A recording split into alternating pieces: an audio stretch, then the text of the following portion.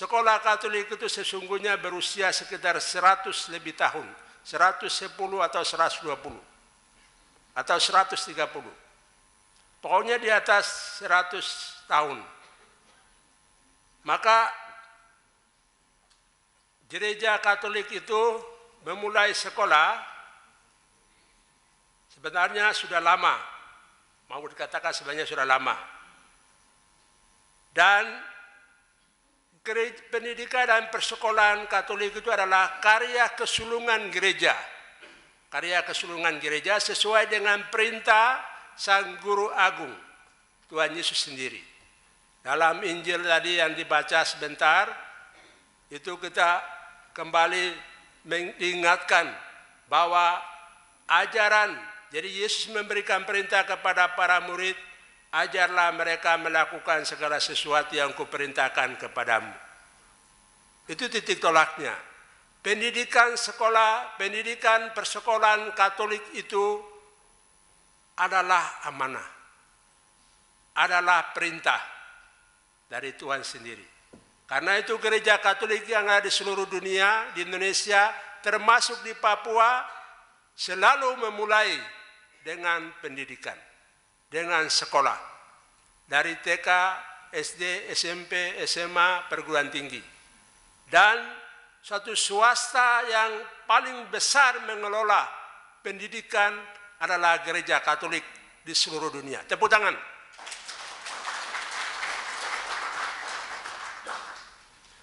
Jadi sekolah Katolik itu melalui pendidikan persekolahan Katolik itu mengemban tugas penyelamatan, tugas pembebasan manusia seutuhnya. Pembebasan manusia seutuhnya dari kebodohan, dari ketidaktahuan, dari keterbelakangan, ya, dari segala hal yang minimal dan segala hal yang masih kurang-kurang, adanya sekolah sehingga itu sebagai jendela, pintu untuk anak-anak bisa mengetahui dunia melalui sekolah ini. Jadi gereja mendirikan sekolah karena memandang sebagai sarana istimewa untuk pembentukan manusia dan pembebasan seutuhnya. Mengingat sekolah adalah pusat penyampaian konsep tentang dunia, manusia, dan sejarah. Ini sudah jauh-jauh oleh para bapak-bapak gereja sudah mengatur, sudah merumuskan. Jadi pendidikan Kristen, pendidikan Katolik itu bukan sembarang-sembarang. Sudah diatur semua oleh bapak-bapak gereja, oleh para pendahulu kita. Sehingga sekarang kita tinggal meneruskan. Dalam dokumen-dokumen, banyak dokumen Konsili Vatikan kedua, ada juga dokumen-dokumen lain tentang pendidikan ini. Maka pada kesempatan ini keluarga besar JPPK bersyukur atas segala kesuksesan yang diraih dalam pendidikan selama ini, mengantarkan generasi muda kepada pembentukan manusia dari segala aspek. Tepuk tangan untuk keluarga besar JPPK. Nah, jadi orang katakan bahwa guru itu pahlawan tanpa, ya, tapi selalu dikenang.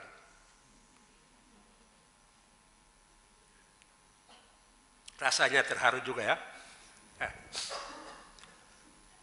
Saya punya bapak itu guru. Saya betul mengikuti bagaimana bapak saya itu berjuang untuk mendidik, membina generasi muda. Karena itu mari kita beri waktu hening sejenak untuk para pendahulu, para perintis, para misionaris, guru-guru kita, tenaga kependidikan yang telah memajukan sekolah, orang tua kita di Papua ini. Semoga arwah mereka dapat beristirahat di rumah Bapa di surga. Seperti tadi Bapak Edi yang mewakili gubernur, itu juga sama. Dia adalah anak guru, bapak mamanya adalah guru. Dan mamanya itu guru saya waktu saya praktek mengajar di SPG Turunan Bakti. Di sisi lain, pada kesempatan 50 tahun ini kita juga berani merefleksikan berbagai hambatan tantangan dalam dunia pendidikan. Ya, kita bersyukur, kita bergembira capaian-capaian prestasi, tapi juga kita harus berani mengoreksi.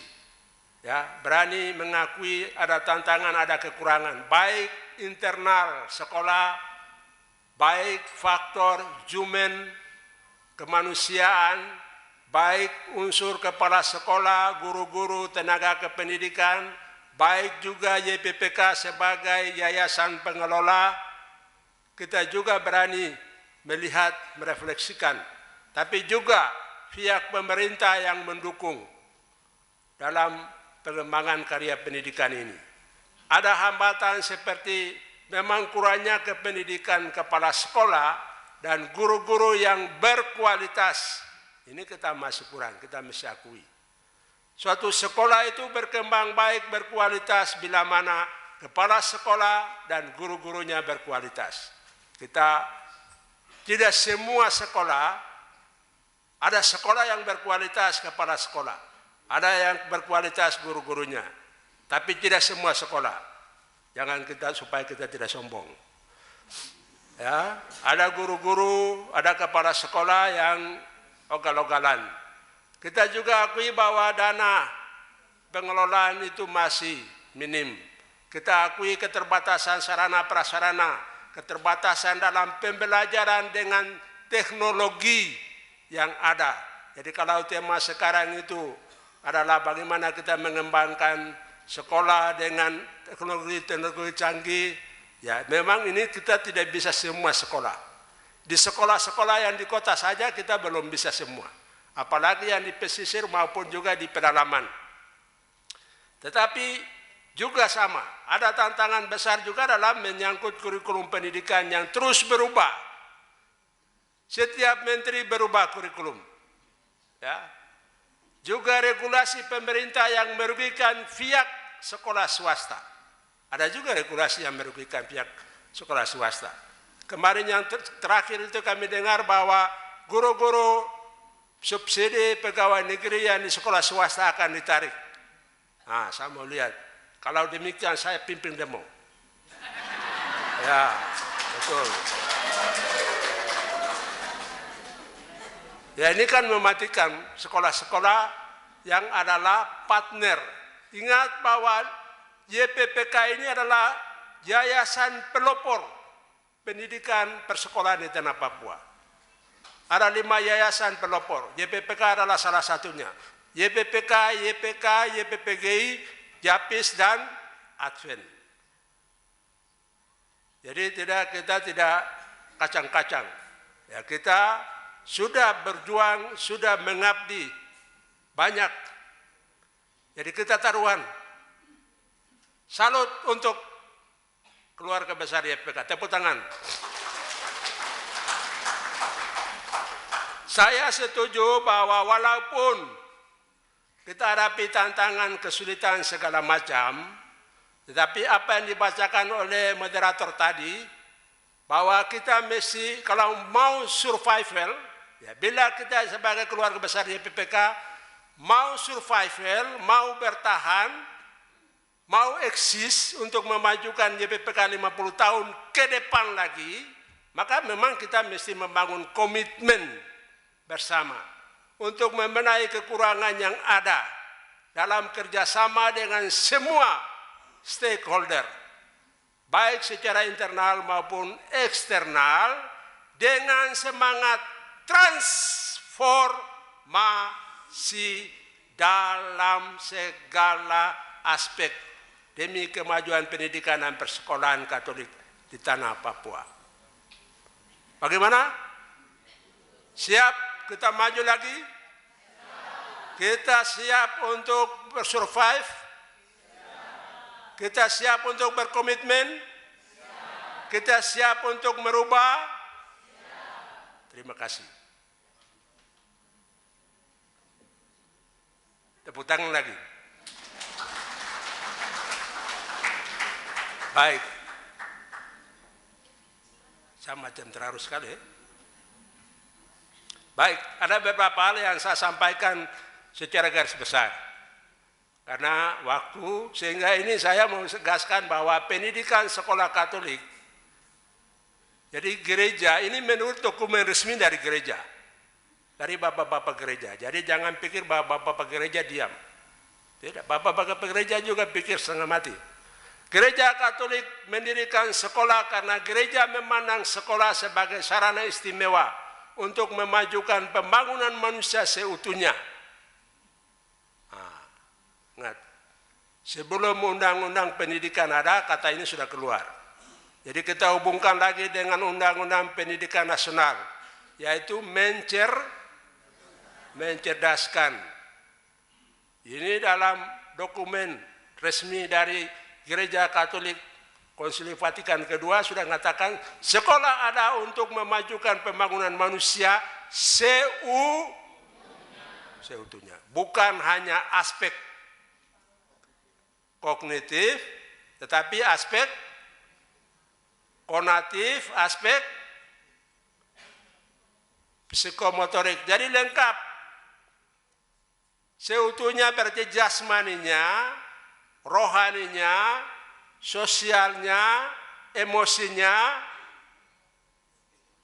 kemampuan inteleknya, dan religiositasnya. Lengkap, utuh, luar dalam, atas bawah. Wah. Ya toh? Mantap punya ini. Ya, ini pendidikan Katolik. Jadi sekolah itu ada. Sama juga dengan kongregasi pendidikan Katolik dalam dokumen awam sekolah Katolik. Jadi awam sekolah Katolik dalam dokumen resmi gereja dikatakan bahwa awam itu adalah saksi-saksi iman. Mengungkapkan sekolah Katolik adalah lingkungan istimewa bagi pembentukan manusia sebagai sarana pendidikan, sebagai tempat untuk berevangelisasi, sebagai komunitas pendidikan untuk membentuk manusia integral. Ini kata-kata yang agak tinggi tapi sudahlah. Ya toh? Baik, ini saya lepas beberapa, saya masuk di sini. Ciri-ciri sekolah,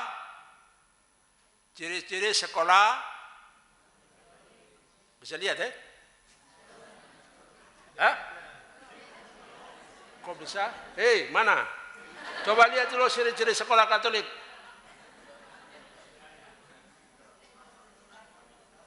Ini, itu.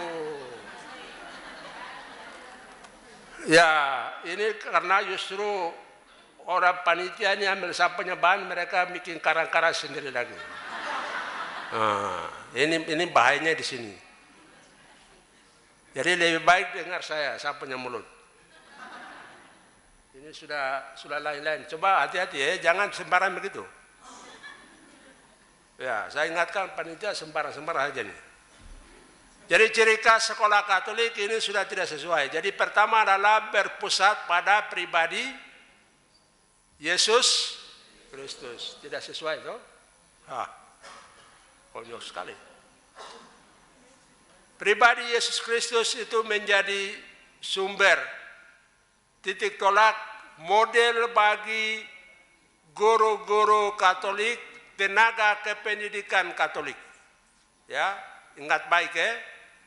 Bapak, Ibu, guru-guru, kepala sekolah, tenaga kependidikan, kalian adalah model, menjadi saksi dari Tuhan Yesus yang hadir di kelas untuk mengajar pada anak-anak. Jadi kalau masih ada kelakuan-kelakuan, kebiasaan-kebiasaan yang tidak sesuai dengan Tuhan Yesus, sebaiknya robalah. Coba mengajar anak dengan tangan atau mengajar anak dengan kayu, mengajar anak dengan rotan atau sapu, ya robalah. Karena Yesus mengajar dengan mengasihi, ya. Juga dengan memberikan penilaian, nilai juga sama. Jangan pilih-pilih. Pilih-pilih, ini orang tuanya punya. Ada amplop, ini anak yang tidak punya amplop karena orang tuanya macam-macam ini. Jadi kita tidak pilih-pilih. Ya, berpusat pada Tuhan Yesus. Tidak pilih-pilih, selalu mengasihi. Ciri khas pertama itu. Ciri khas yang kedua adalah melibatkan diri pada tugas perutusan gereja dalam mewartakan kabar gembira dan menjadi saksi Kristus.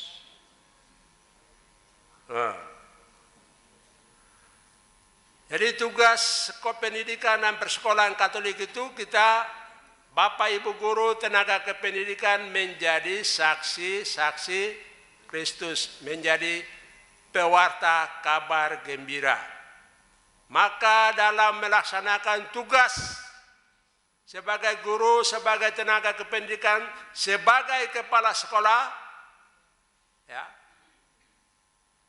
kalau kemanusiaan kita tidak seperti Tuhan Yesus dan juga tidak sebagai orang yang diutus mewartakan kabar gembira, ini yang kita rubah. Ini yang disebut faktor manusianya. Halo? Merubah faktor manusia itu ini di sini sudah. Jadi merubah. Jadi guru-guru itu ada 4 kompetensi, yaitu kompetensi pribadi, pedagogi, sosial,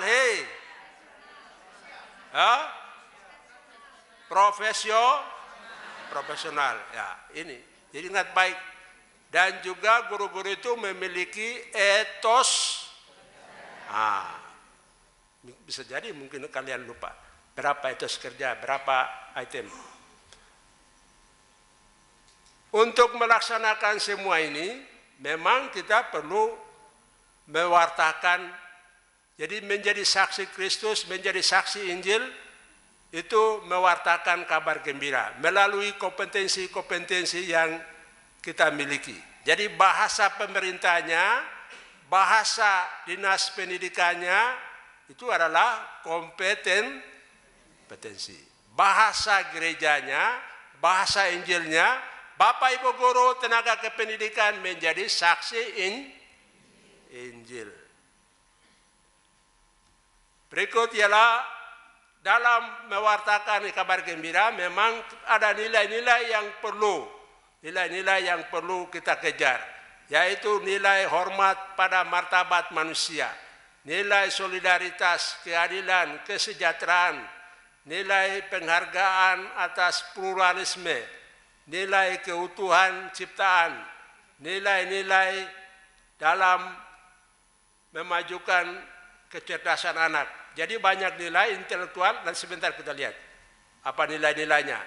Sekolah Katolik itu punya ciri juga unggul dan berkualitas. Jangan lupa ya, sekolah Katolik itu harus unggul dan berkualitas. Sehingga setiap saat itu harus kejar. Bukan asal ngajar saja. Bukan asal datang tanpa persiapan datang mengajar, nanti kalau anak ribut atau apa, tunggu anak salah langsung marah sampai habis.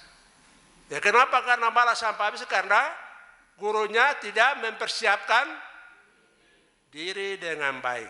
Gurunya tidak mempersiapkan materi dengan baik. Kalau guru yang mempersiapkan materi dengan baik itu dia akan ikuti langkah pertama sampai selesai sesuai dengan yang telah disiapkan. Kalau tidak siap, malamnya, kemarinnya tidak siap, itu sudah marah-marah. Sehingga sekolah yang kita mau kejar unggul dan berkualitas tidak tercapai.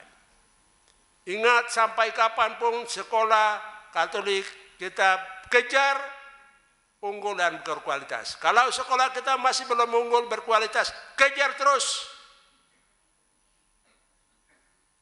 Berikut ciri khasnya adalah memiliki komitmen pada pembentukan seutuhnya. Jadi mengembangkan anak, membentuk anak dari sisi bakat-bakatnya, fisiknya, moralnya, intelektualnya, sosialnya, emosinya, religinya, imannya, karakternya. Jadi memiliki komitmen untuk pembentukan manusia. Karena itu sekolah YPPK selain kepintaran, selain kemampuan, pembinaan pribadi, pembinaan mental, pembinaan karakter juga diutamakan. Jadi sekolah Katolik itu tidak mencetak, mendidik, membina anak supaya cerdas. Semua dapat 10-10. Nanti di luar setelah selesai jadi pemabuk. Ya. Boleh nilainya bagus, silakan. Tetapi karakternya juga bagus. Emosinya juga, sosial juga, kemampuan juga, fisik juga. Fisik juga. Macam tadi anak-anak yang tadi menari itu. Menari sampai kapan berhentinya, lama sekali. Ya toh? Jadi kita mendidik, membina itu segala aspek, membentuk manusia seutuhnya, segala aspek, bukan hanya otak tapi juga semua aspek. Setuju ya? Dijalankan? Selama ini dijalankan ya? Ya. Dibentuk oleh persekutuan dan komunitas. Sekolah Katolik itu adalah dibentuk oleh komunitas. Ya, komunitas. Maka suasana kebersamaan, kekeluargaan, persatuan, kesatuan di sekolah harus dijaga, diciptakan. Tidak bisa kepala sekolah itu semena-mena mengaturnya seenaknya saja. Memang kau pembarang kah? Ya. Harus menciptakan suasana komunitas, suasana kekeluargaan, suasana persekutuan, kerjasama. Sebagai orang-orang yang punya tugas untuk itu. Jadi bukan menjadi single filter. Kepala sekolah, semua guru, kau mau apa? Semua tenaga pendidik mau apa? Ya, kau mau apa? Macam-macam itu kita tidak pakai. Ya. Menjaga kekeluargaan, komunitas, ya, bersama. Kalau ada masalah-masalah tertentu dalam guru, tenaga kependidikan diselesaikan, jangan ada blok-blok sampai matahari. Ya, ini komunitas perlu kita jaga. Kerjasama komunitas kekeluargaan, yayasan dengan sekolah, sekolah dengan yayasan, diantara sekolah guru-guru dengan tenaga kependidikan, siswa-siswi dengan guru-guru, perlu menjaga komunitas. Ya, komunitas. Kalau ada dana bos dipakai oleh kepala sekolah karena bos untuk bos, gitu.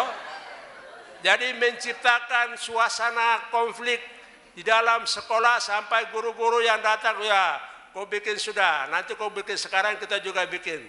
Siapa yang mengajar sekolah? Ini tidak ada persatuan, tidak ada persekutuan, ya, tidak ada komunitas. Harus diselesaikan baik.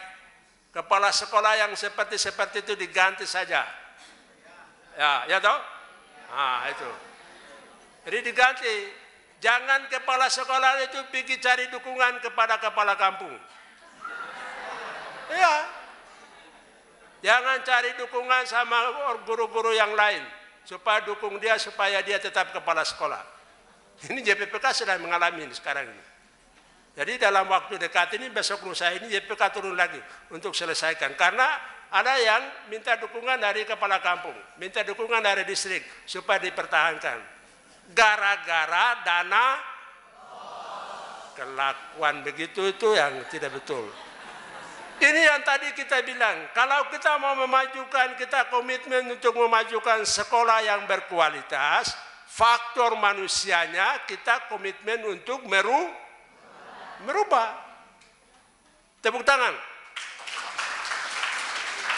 Harus berani merubah.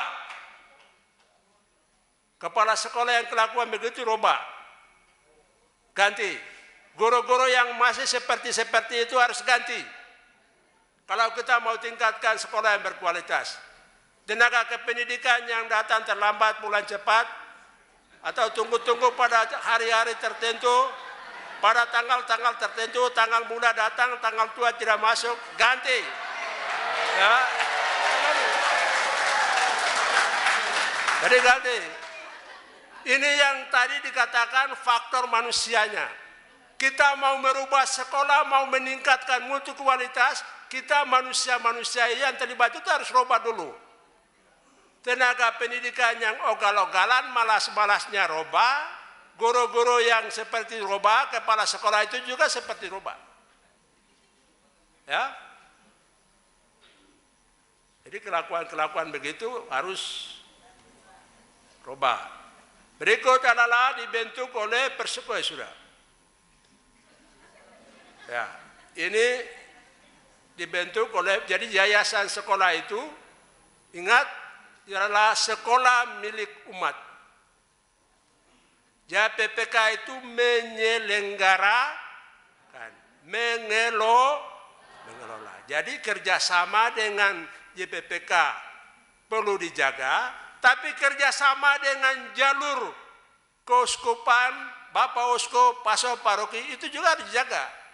Kadang-kadang saya dengar bahwa Pastor Paroki tidak bisa masuk ke sekolah. Ya, Pastor Paroki urus paroki. Jangan masuk di sekolah lagi, takut sampai diperiksa, nanti mungkin bosnya tidak betul, diatur. Ya macam itu. Jadi ada direktur yang ngurus sekolah sendiri tanpa mengetahui pastornya, tanpa berunding dengan dekannya. Enggak boleh gitu. Enggak boleh gitu. Karena sekolah Katolik itu berdiri atas restu dari Bapak Uskup. Para pastor itu adalah pembantu para uskup. Jadi nasib sekolah itu pastor paroki harus tahu, harus ikuti. Jangan kepala sekolah diamkan, jangan sekolah-sekolah mau atur, silakan atur sendiri. Nanti ada apa-apa baru datang dari pastor. Itu nggak bisa gitu loh. Berikut adalah terbuka pada semua, kalau saya kira ini jelas. Jelas ya? Malah di kota-kota kita ini, sekolah-sekolah yang ada di kota ini, ya banyak bukan umat Katolik, bukan anak-anak Katolik, tapi banyak dari gereja lain, dari Muslim ada, dari Kristen ada, ya. Ini karena memang ciri khasnya begitu, terbuka untuk semua kalangan. Silakan yang mau masuk sekolah di sekolah Katolik silakan, karena mereka punya hak untuk mendapat pendidikan pembinaan tanpa mengindoktrinasi, tanpa ada pengaruh untuk mengkristenkan orang-orang dari agama lain. Jelas ya? Ada guru-guru kepala sekolah yang pergi bujuk-bujuk sama anak-anak supaya masuk Kristen? Tidak tahu? Ya, tidak. Dan tidak boleh. Lalu sekolah ini juga mendapat dukungan dari uskup. Ini yang saya minta, supaya kerjasama tetap dibangun. Uskup itu satu orang tinggal di Jayapura, atau di Manokwari, di Asmat, atau di Merauke, atau di Timika. Tapi sampai di pedalaman-pedalaman itu ada pembantunya, yaitu lewat jalur gereja, pastor itu dulu sebenarnya adalah penilik sekolah. Pastornya ikut campur dengan sekolah, ya. Tapi sekarang silakan guru dengan direktur, silakan urus sekolah. Bagian kurikulum tok. Tapi menyangkut pendidikan iman, pendidikan moral, pendidikan karakter, perlu ada keterlibatan dari pastor. Dan juga perlu ada keterlibatan, kalau umat, kalau orang tua mau dilibatkan, pastor datang, didatangi. Bagaimana pastor kita mau bicara, mau ganti pagar ini, mau bangun ini, ada kekurangan dana. Itu harus bicara dengan pastor. Bagaimana cari dana? Ya. Berikut, Bapak masuk dalam rabu ini. Ya, pentingnya sekolah sudah ini saya lewat saja dulu sudah. Nilai-nilai Katolik yang harus ada pada sekolah Katolik. Ya. Ini kalau bahasa pendidikan nasionalnya itu kita sebut karakter, pembinaan karakter. Juga nilai-nilai Katolik yang ada dan harus ditegakkan, diajarkan adalah pertama adalah nilai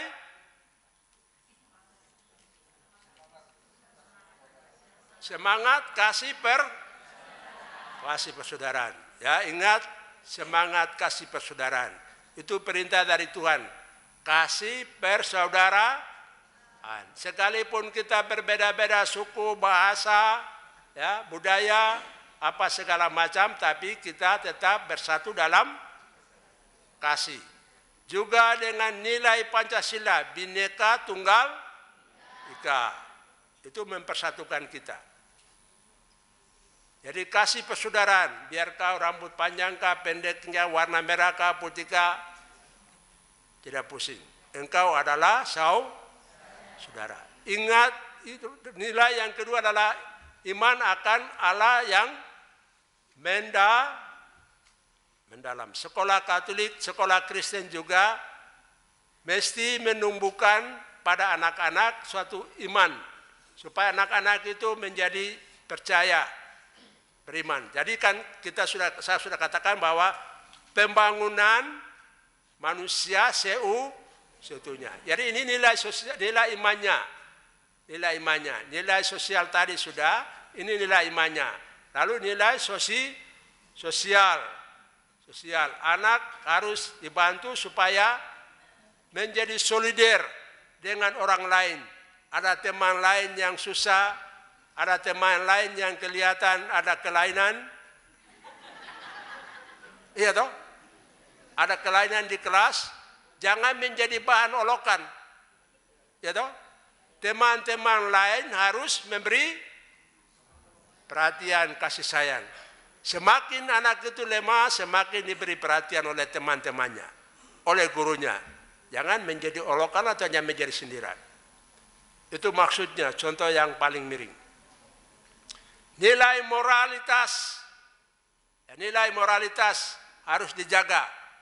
Bahwa sekolah Katolik, guru-gurunya, kepala sekolahnya, tenaga kependidikannya punya moral yang baik. Juga siswa-siswi punya moral yang baik.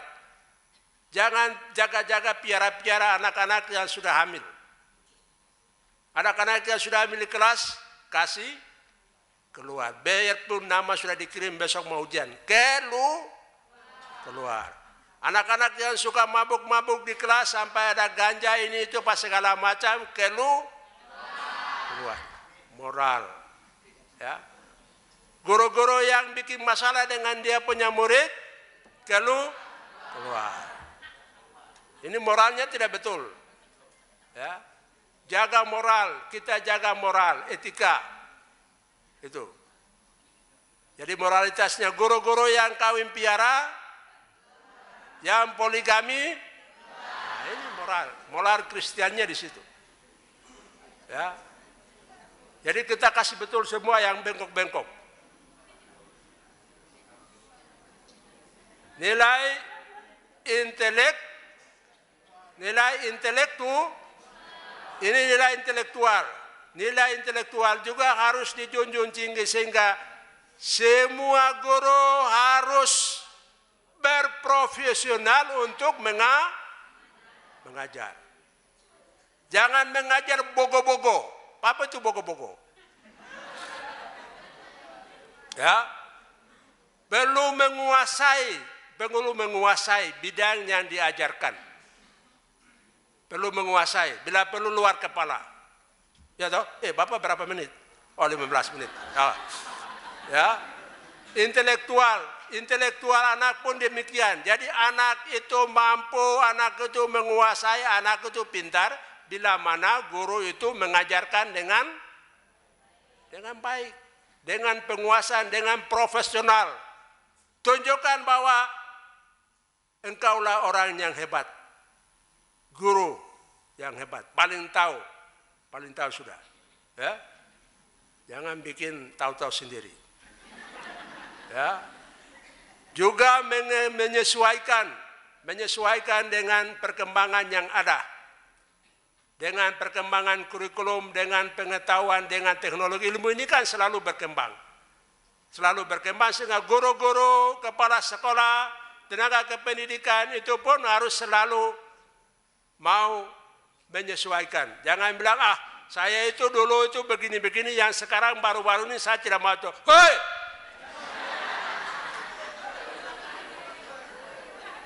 Tidak boleh begitu. Kalau memang tadinya masamu adalah masa mesin ketik, sekarang adalah masa komputer, masa ya harus menyesuaikan. Apalagi masa tadi apa, Pak Moderator? Industri 4.0. Saya tidak tahu industri 4.0 seperti apa. Tapi pokoknya saya menganggap bahwa pembelajaran kita harus didukung oleh alat-alat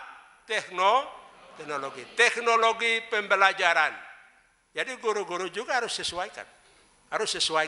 Harus mau belajar. Jangan kaku-kaku sampai tidak bisa ini lagi dengan alasan saya begini, saya begitu, omong kosong saja.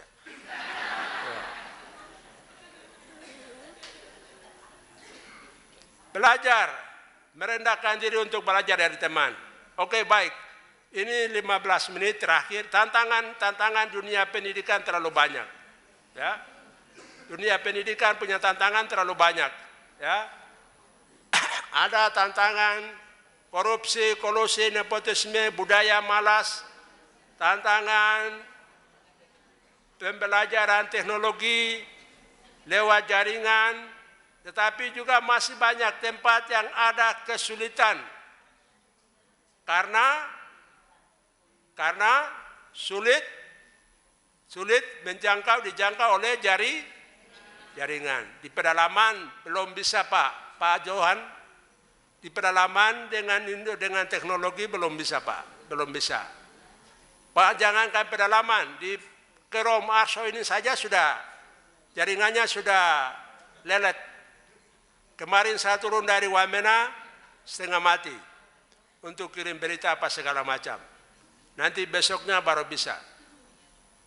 Jadi pembelajaran teknologi di sekolah-sekolah yang ada di sekitar kota, di mana saja silakan. Harus bersaing. Guru-guru harus bersaing untuk menggunakan teknologi. Ya. Tapi tempat-tempat yang masih sulit dengan sinyal, ya sudah bersembunyi dengan itu. Jadi guru-guru yang merasa canggung, merasa kaku, di kota-kota yang di sini, di kota ini merasa canggung, tidak bisa menyesuaikan, lebih baik pindahkan saja ke pedalaman. Ya toh? Supaya ada alasan di sana susah jaringan. Ya, Pak. Ya begitu toh. Kalau tidak mau belajar, kalau tidak mau bertanya, kalau tidak mau belajar, lebih baik cari tempat yang di sudut-sudut sana. Jadi teknologi kita menjadi masalah. Sekolah kita memang kita mesti akui tadi bahwa memang ada kekurangan tenaga, kekurangan sarana, kekurangan dana, ya. Tetapi tetap jangan kurang. Nanti sampai mati juga kita kurang. Ya toh? Sampai mati juga tetap kita kurang kok. Kita mati juga dengan kain satu potong lalu dimasukkan dalam. Iya, jadi jangan selalu tekankan pada yang kurang-kurang. Positif thinking. Sekalipun saya sudah tulis banyak di sini kurang-kurangnya. Ya kurang kesulitan juga karena kurikulum nasional yang terus berubah-ubah, ya toh? Ada kurikulum apa tadi? KTSP, sebelum KTSP itu apa? KPK, terus KTSP, terus sudah KTSP? K13, sesudah K13 Macam-macam ini sudah. Satu belum pegang baik-baik, satu belum kuasa baik-baik, dia sudah lari lagi, sudah lompat. Jadi setiap menteri punya kurikulum sendiri. Kadang-kadang macam ini juga bikin susah. Ya toh? Macam juga regulasi pemerintah sendiri tadi saya bilang. Kadang-kadang juga yang memang merugikan pendidikan swasta. Ada. Itu. Banyak macam. Saya sampai bilang, ini terlalu banyak masalah ini. Tidak usah saya sebut satu-satu, nanti waktu habis. Tetapi jangan lupa bahwa ada peluangnya. Peluang bahwa sekolah pendidikan persekolahan Katolik sekalipun hambatan begini-begini, ada perhatian, ada dukungan dari Bapak Uskup. Syukur bahwa dana bantuan tahun-tahun terakhir sudah dikurangi, bukan dicairkan. Syukur bahwa dikurangi, ya. Karena sekarang banyak sekolah sudah bisa mandiri, sudah bisa mengurus. Tapi dari awal sampai 1-2 tahun lalu, Bapak Uskup sudah pusing cari bantuan dana sampai di mana. Ya, sekarang sudah berkurang jauh karena sekolah-sekolah sudah bisa mandiri, bisa mengurus. Cara begitu. Walaupun saya tidak mau 0%, 1-2% tetap akan dibantu. Juga ada ajaran-ajaran pendidikan. Karya gereja ini punya ajaran-ajaran. Setiap uskup dimanapun, di keuskupan-keuskupan, tingkat internasional, tingkat nasional, tingkat regional, selalu bicara bagaimana sekolah pendidikan ini kita atur, kita mau arahkan. Jadi jangan kita ikut pikir juga. Ya, Bapak Ibu sendiri pikir, kayaknya setengah mati begini-begini. Wow, ya lebih setengah mati lagi pikir bagaimana sekolah ini. Ya, karena ini adalah amanah, perintah. Jadi tidak main-main, kita taruhan. Sekalipun ada sekolah-sekolah yang sudah nyaris mau tutup karena gurunya kurang begini-begini, jalan terus. Ya, jalan terus. Karena ini Tuhan punya barang. Juga umat semakin memiliki, terutama umat yang di sekitar kota semakin rasa memiliki. Sehingga mereka menyumbang. Walaupun di tempat-tempat lain harus dipacu, didorong. Itu peluang. Ada juga kerjasama sekolah-sekolah dengan yayasan. Yayasan kerja keras untuk mengelola sekolah-sekolah yang ada ini. Ya. Walaupun harus berkelahi dengan guru-guru. Ya toh? Nanti begini, nanti begitu segala. Ini peluang, banyak peluang.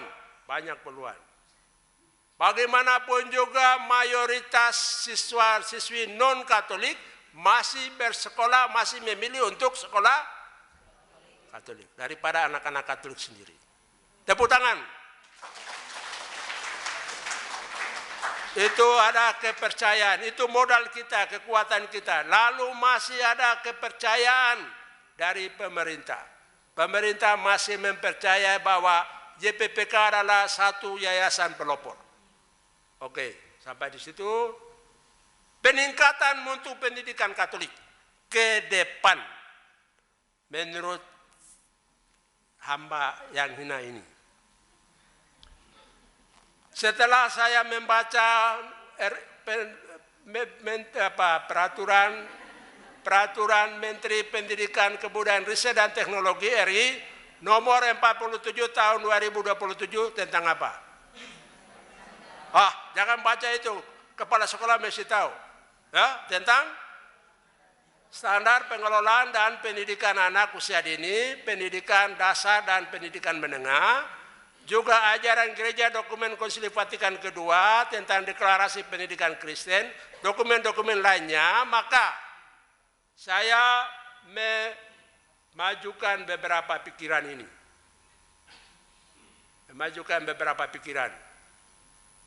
Bahwa kalau kita mau supaya sekolah kita itu kita mau kembangkan sekolah kita menjadi sekolah yang bermutu, berkualitas.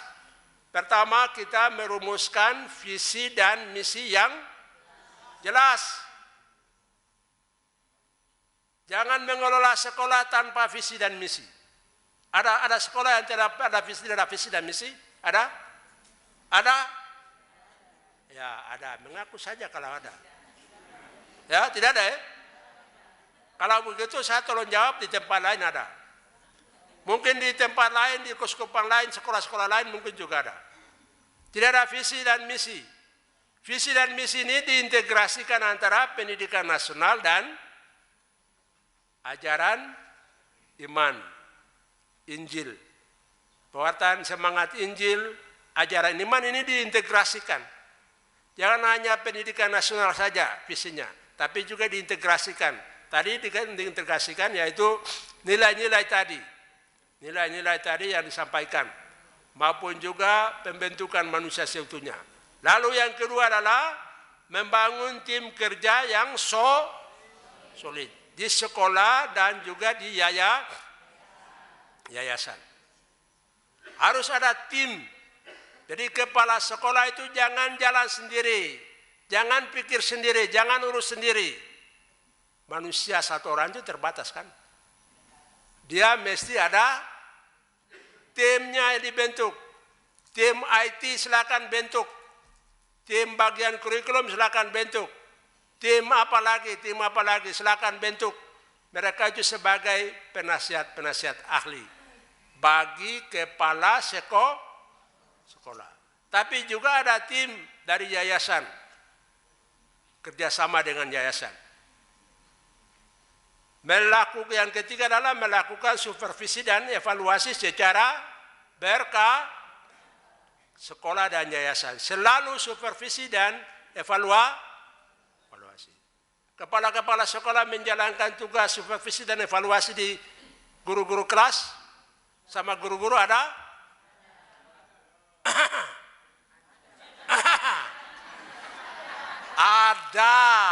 Ada. Hormat, saya beri hormat. Kalau ada, saya beri hormat. Kalau tidak ada, tahu dirilah. Ya, kalau tidak ada, tahu diri. Supervisi dan evaluasi itu harus dilakukan. Ya. Kalau tidak ada kepala sekolah yang tidak melakukannya, ini harus tahu diri. Mulai sekarang sudah kita berkomitmen untuk merubah. Ini penting, jangan kalian anggap main-main. Supervisi juga dari yayasan. Supervisi dengan evaluasi yayasan. YPPK Santo Francis Assisi ini saya beri apresiasi. Sekarang saya beri apresiasi kepada YPK Francis Assisi. Tepuk tangan untuk mereka. Nah. Ini YPPK pengurusnya sangat kuat dan selalu ke lapangan. Ya, selalu ke lapangan. Sekalipun membuat kepala sekolah, jadi kepala seperti macam bendahara kah, kepala sekolah kah, atau apa, ada cacing kepanasan sedikit, tapi ya sudah. Ya, ini jalankan supaya ada perbaikan-perbaikan. Sudah guru-guru juga sama. Kumpul guru-guru yang tidak masukkan satuan pelajaran persiapannya. Ditegur, kepala sekolah jangan ya saja. Ada banyak sekolah misalnya kalau tidak di sini di pedalaman. Biar di pedalaman sudah jadi sasaran. Supervisi dan evaluasi. Berikutnya adalah meningkatkan kompetensi guru dan kepala. Ingat, ini faktor manusianya. Kita mau menciptakan teknologi apapun, kita mau menciptakan industri apapun, kita mesti meningkatkan manusianya. Ya. Meningkatkan potensinya, kepala sekolahnya, guru-gurunya dengan kompetensi-kompetensi yang berguna, memberikan pembinaan, pelatihan, ya, penataran, sosialisasi, menyangkut kepribadian. Kepribadi itu jasmani dan rohani. Jangan bikin sampai kepala saja yang besar. Tadi saya sudah bilang, pribadi guru dibina, kepala-kepala sekolah itu juga dibina. Yayasan perlu anggarkan pembinaan guru-guru, pembinaan kepala sekolah, ya, luar dan dalam, jasmani dan rohani. Juga pedagogik dan profesional, ini penting. Ini menyangkut human, menyangkut manusia, potensi-potensi manusia, potensi guru, potensi kepala sekolah harus penting di bagian ini. Yang keempat. Yang kelima, menggunakan teknologi dan pembelajaran di daerah-daerah yang potensial. Jadi tempat-tempat yang bisa menggunakan IT, ya silakan menggunakan. Ya, kalau tempat-tempat yang tidak bisa, ya mau paksa juga tidak bisa. Ya toh? Karena itu yang tadi, sekolah-sekolah yang bisa gunakan. Kalau gurunya kaku tidak mau menyesuaikan, pindahkan dia. Ya. Enam adalah membangun kerjasama internal dan eksternal. Harus jaga kerjasama. Juga sekolah-sekolah di antara sekolah kerjasama. Yang berdekatan harus kerjasama. Kerjasama di antara sekolah, di dalam sekolah dengan yayasan perlu kerjasama. Satu lagi adalah memajukan sekolah, melahirkan dan memajukan sekolah yang baru. Melahirkan dan memajukan sekolah yang baru. SMK YPPK Santo Fransiskus Assisi Jabula dilahirkan pada peringatan 50 tahun YPPK. Tepuk tangan. Jadi sekalipun ada kesulitan, tantangan, jangan kita takut-takut. Tuhan ada pada kita. Jadi yang mau belajar tentang pertanian, piara babi, piara ayam, piara ikan, pertanian, silakan pergi melamar di sekolah SMK yang baru. Baru tanggal 13 Juli diresmikan dalam rangka 50 tahun. Harap supaya sekolah itu bisa mendukung kemandirian YPPK. Menyediakan sarana dan prasarana, oke, harus siap sarana prasarana. Ya, guru-guru juga perlu mengajar dengan alat-alat peraga. Bapak kurang berapa menit? Nomor 8, 2 menit. Oke, cocok, bagus. Menciptakan peluang dana dan mengatur dana secara transparan dan akuntabel. Tadi saya sudah katakan dana bos bukan untuk bos. Ya. Jadi kepala-kepala sekolah jangan tersinggung kalau saya bicara itu. Dana bos itu untuk penyelenggaraan sekolah. Ya. Dan sekolah-sekolah itu perlu mencari potensi-potensi peluang-peluang. Bagaimana bisa ada dana yang bisa mendukung. Ya, mendukung. Yang penting laporannya jelas kepada yayasan. Jangan karang-karang, jangan tambah-tambah rekening sendiri di sekolah. Ya. Kita perlu cari potensi-potensi di mana yang perlu.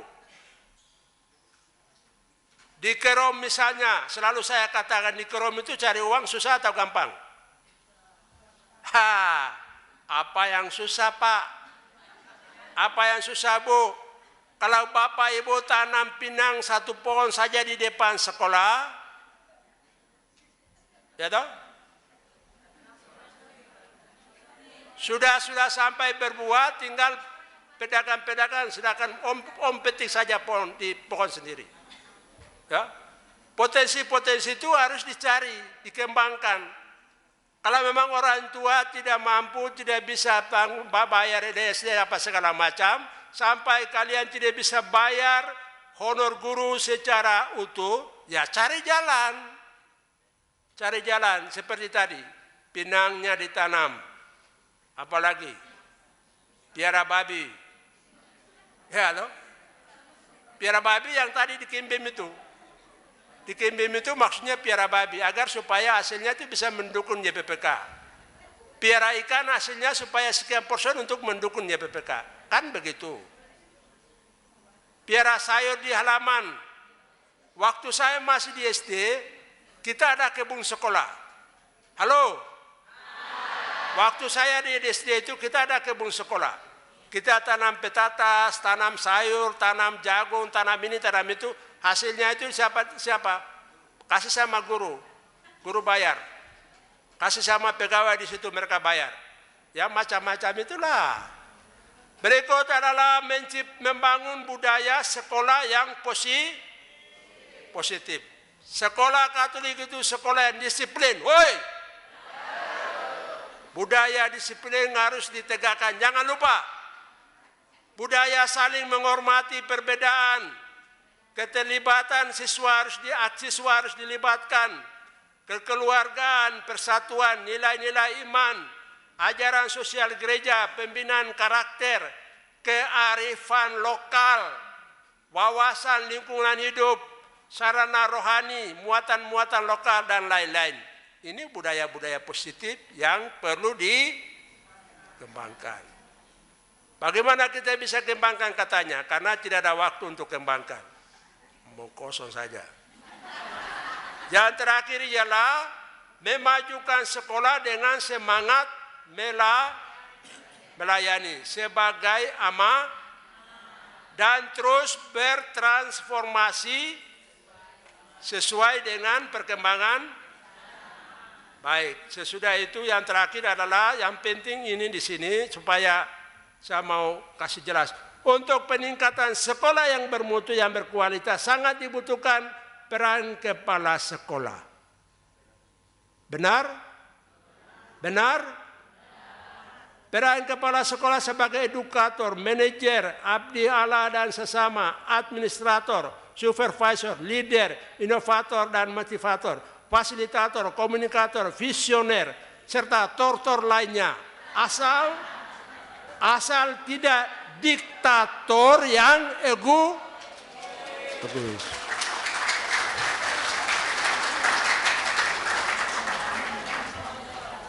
Ini yang usulan saya. Ada 10 poin itu usulan saya untuk kita membangun human capacity, membangun kemampuan manusia untuk peningkatan kualitas sekolah. Terima kasih banyak. Selamat menyongsong JPPK ke-50 tahun. Tuhan Yesus Sang Guru Ilahi memberkati karya Yayasan Pendidikan Persekolahan Katolik JPPK Setana, Papua.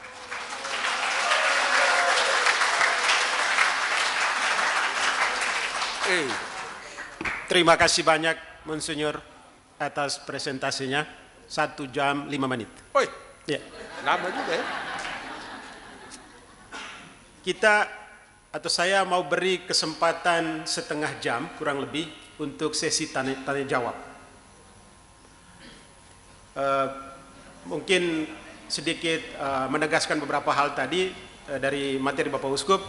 Itu pendidikan itu amanah, pendidikan itu merupakan upaya untuk membebaskan orang, artinya menjadi sarana keselamatan kita. Dan walaupun menjadi sarana keselamatan ada banyak tantangannya. Tantangan-tantangan sudah tadi dibuat.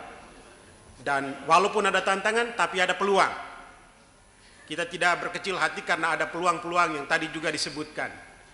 Dan peluang-peluang itu bisa digunakan untuk bisa merancang bangun persekolahan kita ke depan lebih baik. Dan usulan Bapak Uskup tadi ada 10 poin, itu menjadi hal yang perlu diperhatikan untuk merancang bangun menggunakan peluang-peluang yang ada. Dan dari semua hal itu rupanya seperti tadi Bapak Uskup tekankan, rupanya kepala sekolah menjadi tokoh kunci yang sangat penting. Mungkin itulah kenapa namanya kepala, karena di kepala itu memang ada otak. Baik, kita masuk ke sesi tanya jawab. Saya mau berikan kesempatan untuk 3 penanya pada termin pertama. Silakan Bapak Ibu. Nanti sebutkan nama dan dari sekolah atau instansi mana. 1. Lagi. Kalau ada Bapak Ibu yang mengikuti secara daring dan mau bertanya, dipersilakan juga. Dalam termin pertama untuk 3 orang ini. Sudah 1. Yang kedua.